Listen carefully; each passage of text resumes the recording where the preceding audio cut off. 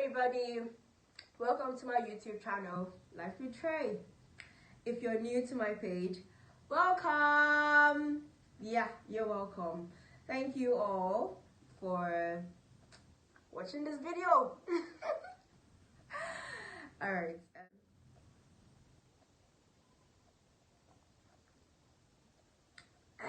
Now, let us go into today's video.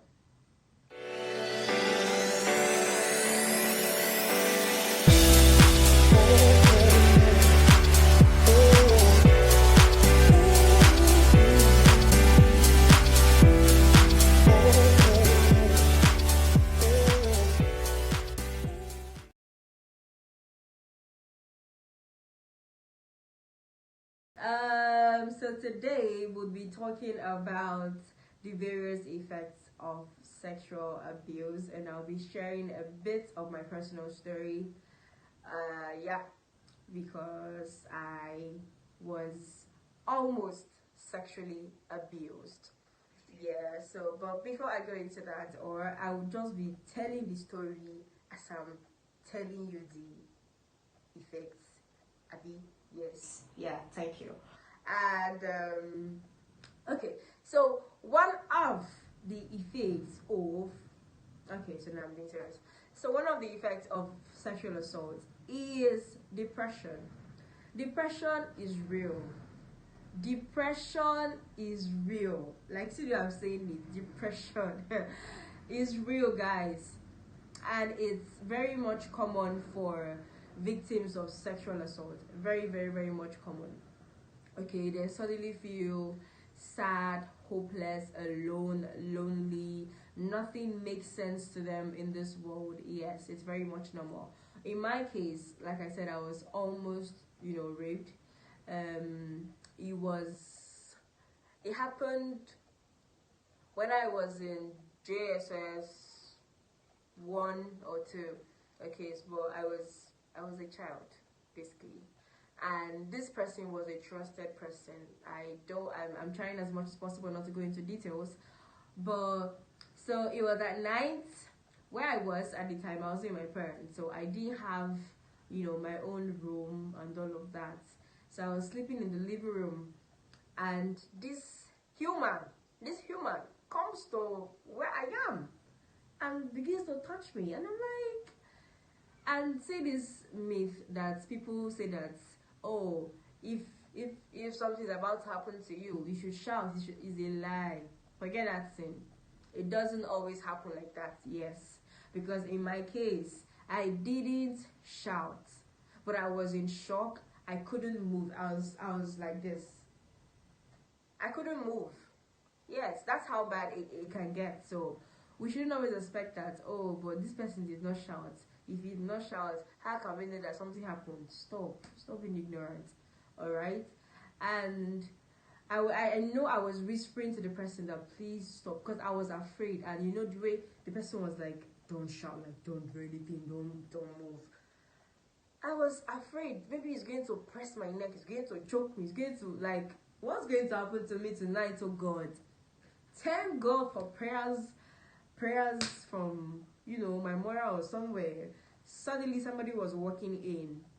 So when he heard footsteps, he quickly just came off me and acted like nothing happened. But trust me, from that day I became legit depressed, because I suddenly saw myself as a sex object. Because like I felt like, when you're innocent as a child and you don't understand what's going on, and you feel like, what have I done to deserve all of this? Like, what did I do to warrant such whatever to happen to me? Yeah. And you just feel lost. You feel lost. Nothing makes sense to you. It's no joke. Nothing makes sense to you. It's like you can just be there and you're lost. It's like you're mentally, you're not even there. It affected me even in my academics at the time. I didn't do well. Then I used to have first, second, third. I think I went from third or second to seventh. Because yeah, no jokes, it affects you like that. Secondly, another thing that happens to people that are that have been sexually assaulted is anxiety. Yeah, you become suddenly afraid of any and everything. I'm telling you, it's not a joke. It's so in my case, after that first one happened, like, it took me a while because I was always depressed and afraid. I It was so difficult to sleep. Sleeping at night became a chore because I was afraid to sleep. Like, when you want to sleep at night, it's like you be afraid as a child, like, who is going to come and touch me, who is going to come and try to harass me or do something to me, and there was nobody to talk to because I tried to talk to someone elderly at the time, and she made me feel like I was crazy, like I was talking nonsense, I was trying to accuse the person wrongly and all of that. So I kept quiet, but I became very much scared for my life. I couldn't sleep, no jokes, and maybe that's how come to now I'm in nocturnal. I can't sleep at night. But yeah, that's one of the things that could happen to a person. When you're just afraid for nothing, you can. It was so bad then that if you just touch me, I can just like react and jump. Yes, that was how bad it was. And after a while, it happened again.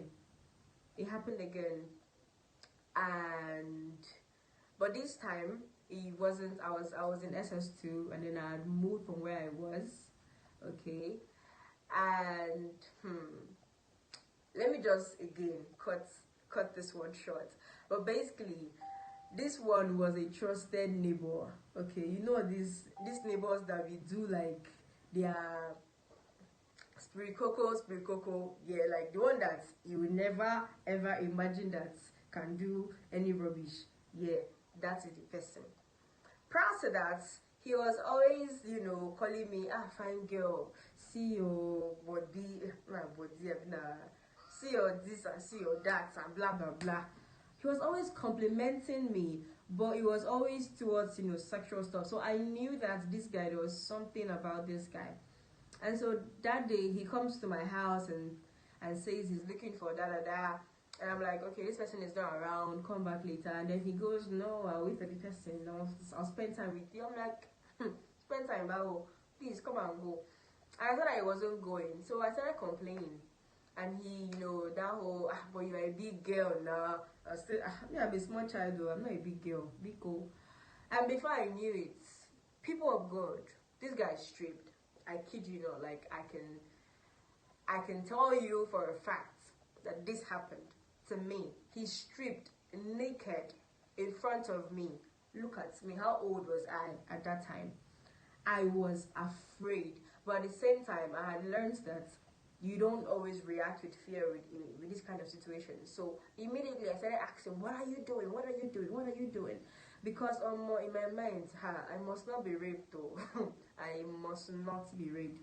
So what saved me again this time, what saved me again this time was where we were staying, it was close to the roadside. So like you can just open my door at the time and then you would see outside. And so I quickly ran to the door and I told him, see, if you don't come out and leave this house, I will just start shouting rape and they'll come and lynch you. And even though he was dressing up and all, the fire in his eyes, I ran from the house. I just left the house for him. Like I left him in the house alone and I went to somebody's shop to go sit down. You see, it made me to leave my own house. Yeah, so that happened. And it put me in a lot of fear. I began to have a phobia for sex. Like I felt like I was going to maybe join this Reverend Sister crew, to never have to have sex in my life, because that event scarred my mind. It made me feel a certain kind of way about men. It made me, something that, because I believe that sex is for marriage and it's pleasurable in marriage. But then I began to feel like sex wasn't pleasurable at all. Sex wasn't something I wanted to do ever in my life. And I began to be afraid of men. Okay, so even though I had male friends, I was always scared. And then I began to feel not loved. I began to feel empty. my self-esteem just went from I mean, already it was already crushed when I was in GHS, and I felt like I'd gone a little bit far in trying to put it all together, and then here comes this one that has come to scatter it. He came to scatter everything. And yeah, that didn't help. And then over time I began to also have post-traumatic stress disorder, PTSD. That's also another thing that people that have been sexually assaulted go through. Like, you can just stay and have like a flood or a rush of the whole incident. And for people that have actually been raped, it's terrible. For me, I was not even raped though. I wasn't even raped. But whenever I used to think about it, then it made me feel like I used to just cringe. And sometimes I would cry and cry and cry myself to sleep. Sometimes I would go stay in the dark and I would not want to talk to anybody. Like, when I was in boarding school, they really thought I was creepy. They thought I was creepy because I would just stay. Time for people to sleep, I can't sleep because for a long time I had stayed and I was scared to go to bed, so I couldn't always sleep at night. So that's how I would just take myself. I would go outside in the dark. Only me, I would stay there and be thinking of my life and be crying and be sad, and it's not a good place to be at all. And it messed me up. It messed up with my my self-confidence, because I felt like a sex object. Like, where you see yourself in the mirror and all you can just see is they want to have sex with you, and it wasn't a good place to be. And so that's why it pains me a lot when people try to make it look like sexual assault isn't a thing, or the effects aren't that enormous or that big of a deal. It's actually a big of a deal. Like, it's a big deal. It can. Alright, I'm trying to not make this too intense, but it is, as I'm getting as real as I can get. Okay? But sexual assault is real. The mental effects are very much real. Alright? And another effect is addiction. There are people that legit get addicted to sex because of this. And there are people that get to have borderline personality disorders because of this as well. And it's not cool when people, because prior to making this video, I had conversations with different people just to get people's perspectives. And the things that people got to say, like, really alarmed me. Like, Jesus Christ, are you reasoning like this? You get, talking to people made me realize that people don't actually know these things. Like, we assume that people know, but people do not know. People don't know how much this thing affects people. And it's not just for girls. I know guys that have gone through this as well. Guys that have been raped, yes. I know guys that have had to, start having sex from when they were teenagers, when they were toddlers, when they didn't want to have sex, but then somebody somewhere carried them and started doing things with them. And it affected them psychologically. And these things are real. Let's stop pretending like they are not real. They are real. And it's also crazy because you can't talk to anybody about it. Like, you feel like nobody can understand what you're going through. In my case, I felt like, when everybody sees you as this, very much bubbly, happy, everything is going okay with you in your mind. But in your mind, it's like you're not there. You get, and it's like every day you are drained. Every day you feel drained emotionally, and that's not a good place to be. And the best way to deal with this sort of things is talking to someone professionally. I believe that one of the best ways to deal with sexual assault is to deal, because the problem starts mentally. It is mentally, not Satan's. I hope you were. I wanted to say blessed, but I'm not preached, so I'm used to saying I hope you are blessed, I hope you are blessed. But yeah, thank you for watching. Again and again and again, my brothers, my sisters, do not forget to subscribe to my channel. Please.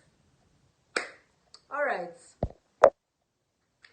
please don't forget to like this video and subscribe to my channel, alright, and turn on post notifications so you'll be the first to know when I post my next video.